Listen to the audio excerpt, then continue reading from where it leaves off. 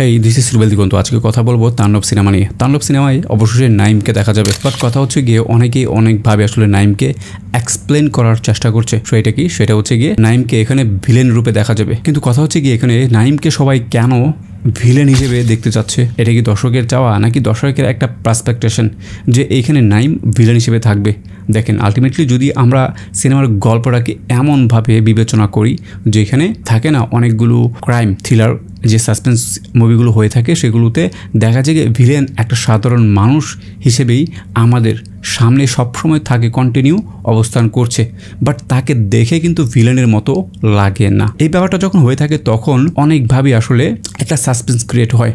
এবং এই ভিলেনকে আমরা কখন দেখি? সিনেমার একবার 1/3 অংশ যখন চলে যায়, লাস্ট সময়ের কিছুক্ষণ আগে ভিলেনটাকে রিভিল করা হয়, তখন আপনার মনের মধ্যে এমন একটা ভাব আসবে, ও মাই গড, সে ভিলেন। তাকে তো পুরো সিনেমা জুড়েই দেখেছি, বাট তাকে দেখে তো ভিলেনের মতো মনে হয়নি। এবং এরকম খেলা যদি খেলা হয় নাইমকে দিয়ে, দেখেন আলটিমেটলি নাইমকে দেখে কিন্তু ভিলেনের কোনো শেড মনে হচ্ছে না। তার যে চেহারা, একটা দুষ্টু মিষ্টির চেহারা, তাকে দেখে ভিলেন মনে হবে, এইটা মনে করা একেবারেই ভাবা যায় না আসলে।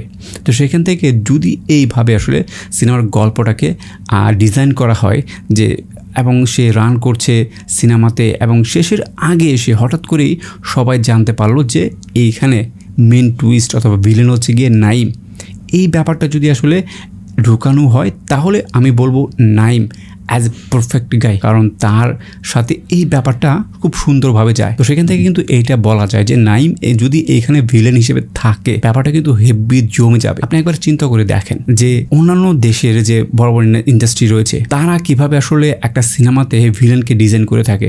এক হচ্ছে গিয়ে সরাসরি ভিলেনের এন্ট্রি থাকবে এবং সে ভিলেনই আর কি। আর কতগুলো সাসপেন্স থ্রিলার টাইপের সিনেমা থাকে যেগুলোতে আসলে নর্মালি একটা সাধারণ মানুষকেই ছবির একেবারে শেষ অংশে এসে তাকে সবার সামনে এমনভাবে উপস্থাপন করা হয় যে সবাই অনেকটা হা হয়ে তাকিয়ে থাকে যে ভাই, একে ভিলেন এবং সে এই কাজ করেছে, এই ব্যাপারটাকে সামনে তোলার জন্য। এবং যদি এইটা হয় নাইমের ধারা, তাহলে খেলা জমে যাবে, এটা বলা যায়। তো এর আগেও কয়েকটা নাম কিন্তু শোনা গিয়েছিল, সেটা হচ্ছে গিয়ে আফরান নিশু। দেখেন, আফরান নিশুর থাকার সম্ভাবনা একেবারে আপনি 99% ধরে নিতে পারেন যে আফরান নিশু এই তাণ্ডব সিনেমাতে থাকবে না। কারণ দেখেন একটা কথা আছে কিন্তু, যা রটে তার কিছু না কিছু ঘটে। তো ব্যাপারটা আসলে একেবারে যে বিষয়টা শাকিব খানের সাথে আফরান নিশুর যে একটা দ্বন্দ্বের বিষয়টা, যেটা আসলে চারিদিকে ছড়িয়ে পড়েছিল, এই ব্যাপারটাকে আপনি একেবারে হালকা হিসেবে নিতে পারেন না যে টাকার জন্যই বা সিনেমার ভালোর জন্যই হঠাৎ করে শাকিব খান আফরান নিশুকে সিনেমাতে ইন করাবে, এইটাকেও আপনি খুব সহজভাবে নিতে পারেন না। তো সেখান থেকে আফরান নিশু থাকার সম্ভাবনা একেবারেই নেই বলতে পারেন।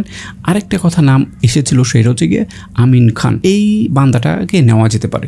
এই বান্দাটার মধ্যে এখনও যথেষ্ট পটেনশিয়াল রয়েছে সিনেমায় কাজ করার মতো, এবং যদি এটা হয়ে থাকে আমি বলবো একেবারে গুড ডিসিশন। বাট আলটিমেটলি ভারতের এই যে হোটেল ম্যানেজাররা যেভাবে আসলে বাংলাদেশের অতিথিদের রিসিভ করছিল, এইখানে কিন্তু কোনোভাবে আমিন খানকে দেখা যায়নি। যে সকল অভিনেতাকে দেখা গেছে তাদের মধ্যে নাইমকেই একটু নতুনত্ব লেগেছে। এর আগের প্রত্যেকটা অভিনেতার সাথে শাকিব খান কাজ করেছে এবং শাকিব খানের সাথে তাদের কেমিস্ট্রি খুব ভালো যায় আর কি। এইখানে কিন্তু একমাত্র নাইমকে নতুনভাবে দেখা গেছে এবং এই নাইমকেই কিন্তু সবাই এখন আলোচনায় রাখছে। তো দেখা যাক শেষ পর্যন্ত শাকিব খানের সাথে নাইমের অভিনয়ের কম্পিটিশনটা কেমন গড়ায়। তো ধন্যবাদ সবাইকে ভিডিওটি দেখার জন্য। কেমন লাগলো অবশ্যই কমেন্টস করে জানাবেন। আর যারা ফেসবুকে আমাকে দেখতে চান, ডেসক্রিপশনে লিঙ্ক দেওয়া আছে, দেখে আসতে পারেন।